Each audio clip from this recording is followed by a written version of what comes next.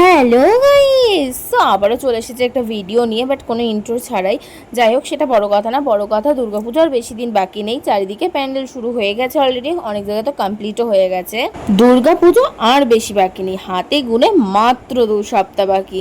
By the way, যারা আমার ভিডিওটা দেখছো, তোমরা কোথা থেকে ভিডিও দেখছো এবং তোমাদের এই বছর দুর্গাপুজোর বিশেষ থিম কি অবশ্যই কিন্তু জানিও। আর আমাদের বনগাঁয় বিশেষ বলতে পার্টিকুলারলি একটা দুটোকে বোঝানো যাবে না, প্রত্যেকটা প্যান্ডেলই বিশেষ বিশেষ আকর্ষণ থাকে। তো যাই হোক, কারা কারা দুর্গাপুজোয় বনগাঁয় আসে অবশ্যই কিন্তু জানিও। পুজোর শপিংটা এখনো কমপ্লিট হয়নি, তাই আবারও চলে গেছিলাম শপিং মলে কিছু কেনাকাটার জন্য। আর এদিকে দেখো, আমি একটা ওয়ান পিস পরেছিলাম আর তিনজনা মিলে একদম ট্রায়াল রুমে ঢুকে গেছি। তো যাই হোক, আমার না এই কালারটা অতটাও পছন্দ হয়নি, বাট এর আর কোনো অপশান ছিল না। তো আমি আরও কয়েকটা কালেকশন দেখেছিলাম, বাট আমার না অতটাও পছন্দ হচ্ছিল না একটা। আজকের ভিডিওটা তাদের জন্য যারা আমাকে কমেন্ট করো, মেসেজ করো যে তোমার কি কোনো ফ্যামিলি নেই, তুমি সব জায়গায় একা একা কেন ঘুরতে যাও। তো চলো, আজকে ভিডিওটা তোমাদের সমস্ত প্রশ্নের উত্তর দেব। ভিডিওটা শেষ পর্যন্ত দেখতে থাকো। এদিকে দেখো, শপিং মলে গিয়ে প্রায় 3-4টে ওয়ান পিস নিয়ে আমি ট্রায়াল রুমে চলে গেছিলাম, বাট একটাও আমার মনের মতো আসছিল না, তো আমি একটাও নিইনি। আর এদিকে তারপর চলে গেছিলাম ছেলেদের কালেকশানে। আর এখানে এসে ভাইয়ের জন্য একটা টি শার্ট পছন্দ হয়ে গেছে, আর সেটাই বাই করে নিয়েছিলাম। তোমাদের কালারটা কেমন লাগলো জানিও। আর এদিকে শপিং মলে গিয়ে কী কাণ্ড দেখো, অন্ধকার হয়ে গেছে, মানে কারেন্ট চলে গেছিলো।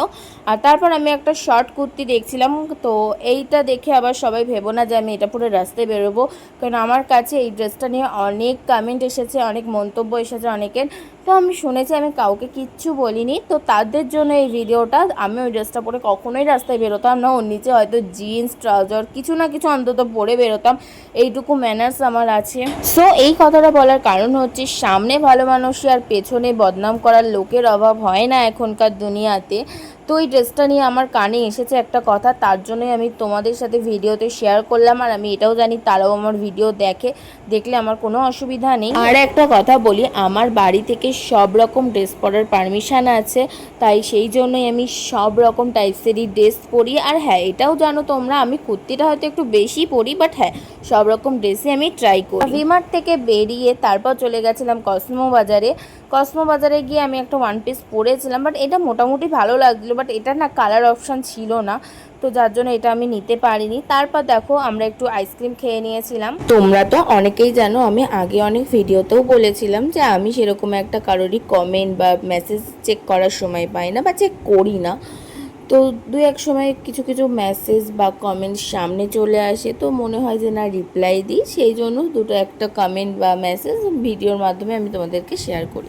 যাই হোক, তারপর দেখো, সবাই মিলে সন্ধ্যাবেলা বেরিয়ে পড়েছিলাম আমাদের বনগাঁর নতুন একটা জগন্নাথ মন্দির হয়েছে, সেটাই দেখতে যাওয়ার উদ্দেশ্যে। তো কারা কারা বনগাঁ ছয়গড়িয়াতে যে জগন্নাথ মন্দির হয়েছে সেখানে গেছো? আমি কিন্তু প্রথমবার গেছি, আর সত্যি ওখানে গিয়ে না মনটা অনেকটা শান্তি হয়ে গেছে। আমার তো যে কোনো মন্দিরে যেতেই খুব ভালো লাগে, আর আমি মন্দিরে যাই, হয়তো তোমাদের সাথে সেরকম একটা ভিডিও শেয়ার করি না, বাট আমার খুব মন্দিরে যেতে ভালো লাগে, বা মন্দিরে গিয়ে যে কীর্তন হয় ওগুলো শুনতেও আমার ভীষণ ভালো লাগে। জানো তো, এই ফ্যামিলির সবাইকে একসাথে নিয়ে ঘুরতে যাওয়ার প্ল্যানটা কিন্তু একদম সাডেনলি হয়েছে। আর আমার তো এটাই মনে হয়, সাডেনলি কোনো প্ল্যান হলে সেই আনন্দটা যেন দ্বিগুণ হয়ে যায়। আমরা তো জগন্নাথ মন্দিরে গিয়ে প্রায় 8 ঘন্টা 45 মিনিট মতো কীর্তন শুনলাম, তারপর একটু সবাই বললো যে চা খেতে যাবে, তাই আমি নিয়ে আসলাম আমাদের বনগাঁর ফেমাস দোকানে। আর এদিকে দেখো, কি সুন্দর একটা কথা লেখা রয়েছে, আমি আর বললাম না, তোমরাই দেখে নাও। এদিকে কাকু চা রেডি করে দিয়েছে, আর আমি সবাইকে চা সার্ভ করছিলাম। আর আমি না চা খেলে এই দোকানের চাটাই খাই, কারণ এত সুন্দর বানায়। 10 টাকাতে সর দেবে, চকলেট দেবে, তো দিয়ে কত সুন্দর ডেকোরেশন করে দেয়, যার জন্য আমার ভীষণ ভালো লাগে। আমরা ফ্রেন্ডসরা চা খেলে তো এই দোকানেই যাই। চা খাওয়া নিয়ে তো কোনো কথাই হবে না, চা খেতে আমি প্রচণ্ড ভালোবাসি। তোমরা কারা কারা চা খেতে ভালোবাসো অবশ্যই কমেন্ট করে জানিও। আর আমার তো দিনে 3-4 বার চা হলেও কোনো অসুবিধা নেই, মানে আমি চা খেতে এতটাই ভালোবাসি। যাই হোক, তারপর আবারও হঠাৎই প্ল্যান হয় যে আমরা রাতে ডিনারটা করতে একটা রেস্টুরেন্টে যাব, তাই চলে গেছিলাম বনগাঁর আবার একটা রেস্টুরেন্টে, যেটার নাম ছিল wifi zone restaurant. By the way, তোমরা কি এটা জানো, এই ওয়াইফাই রেস্টুরেন্টের ঠিক পেছনে কিন্তু আমার বাড়ি। আর হ্যাঁ, এই রেস্টুরেন্টের খাবার তো আমি মাঝে মধ্যেই খেয়ে থাকি, আর এই রেস্টুরেন্টে একদম দারুণ খাবার বানায়। সবাই মিলে ডিসকাস করার পর অ্যাট লাস্ট ঠিক করা হলো কেউ খাবে চিকেন রোল, কেউ খাবে মোগলাই।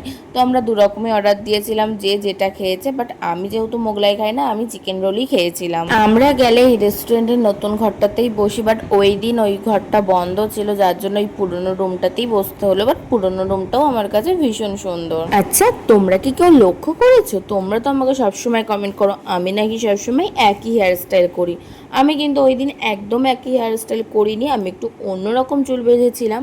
বাট তোমরা কেউ জানালেই না যে আমাকে কেমন লাগছিলো। যাই হোক, তারপর তো অনেকক্ষণ অপেক্ষার পর ফাইনালি আমাদের খাবার চলে এসেছিল। আর দেখো কি সুন্দরভাবে ডেকোরেশন করে দিয়েছিল, আর এটার দাম নিয়েছিল কিন্তু 60 টাকা। তোমরা তো জানো আমি যেখানে যাই সেখানে তো কাউতালি হবেই, তো চলো একটু কাউতালিও দেখে নাও তোমরা। বাবাই, তুমি কি খাচ্ছ? বাবাই, তুমি কোথায় এসছো? আমি গাইস নেতু নিতে এসেছি। কি খাচ্ছ? মোগলাই খাচ্ছি। তোমরা কি কি খেয়েছো? দেখে মোগলাই দেখো বাবাই, তুমি কি খাচ্ছ? শুধু বন্ধু বান্ধবরা সাথে থাকলে আমি কাউতালি করি না, বাড়ির লোকের সাথে থাকলেও আমি এরকমই পাগলামি করতেই থাকি। এমনকি বাড়ির লোক তো আমাকে এটাও বলে যে আমি না গেলে সেখানে নাকি মজাই হয় না, আমি নাকি সবাইকে মাতিয়ে রাখি। তোমাদের কি মনে হয় জানিও। বাবাই, তুমি কোথায় এসেছো? আমি নেতু নিতে এসেছি। তুমি কি খেতে? তুমি কি খাবার অর্ডার দিয়েছো? মোগলাই।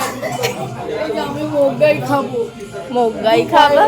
খাবার আসতে লেট করছিল, তাই কি করব নিজেরাই বুঝতে পারছিলাম না, তাই সবার সাথে একটু মজা করছিলাম। আর তোমরা কিন্তু একদম সিরিয়াস নেবে না, মজার ছলেই নিও। তোমাদের কেমন লাগলো ভিডিওগুলো অবশ্যই জানিও। আর হ্যাঁ, এদিকে দেখো ফাইনালি কিন্তু চিলি চিকেন রোল চলে এসেছে, আর আমি তো চিলি চিকেন রোল খেতে প্রচণ্ড ভালোবাসি। যাই হোক, চিলি চিকেন বা চিকেন রোল যাই হোক কিছু একটা হবে, বাট দারুণ খেতে ছিল। বাবাই, হ্যাঁ, কি খাচ্ছ?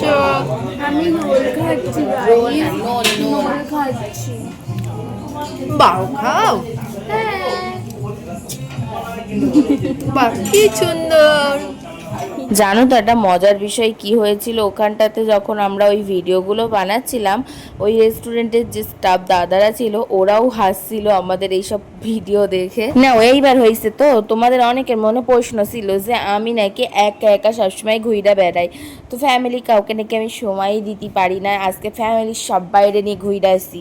তোমরা খুশি হয়েছো তো? অবশ্যই কমেন্ট করে জানি। যাই হোক, তারপর আমাদের বিল হয়েছিল 600 টাকা, যেটা পেমেন্ট করেছিল আমার মামা। আমার যদি সাথে থাকে কারোর এই বিল পেমেন্ট করতে দেবে না, তাই মামারই খরচা হয়েছিল এই দিন সমস্ত কিছু। আজকে তাহলে ভিডিওটা এই পর্যন্ত। তোমাদের ভিডিওটা কেমন লাগলো জানিও। আর হ্যাঁ, আমি কিন্তু ফ্যামিলির সবাইকে নিয়ে ঘুরতে গেছিলাম, তোমরা দেখেছো। এবার কমেন্ট করো তাড়াতাড়ি। টাটা।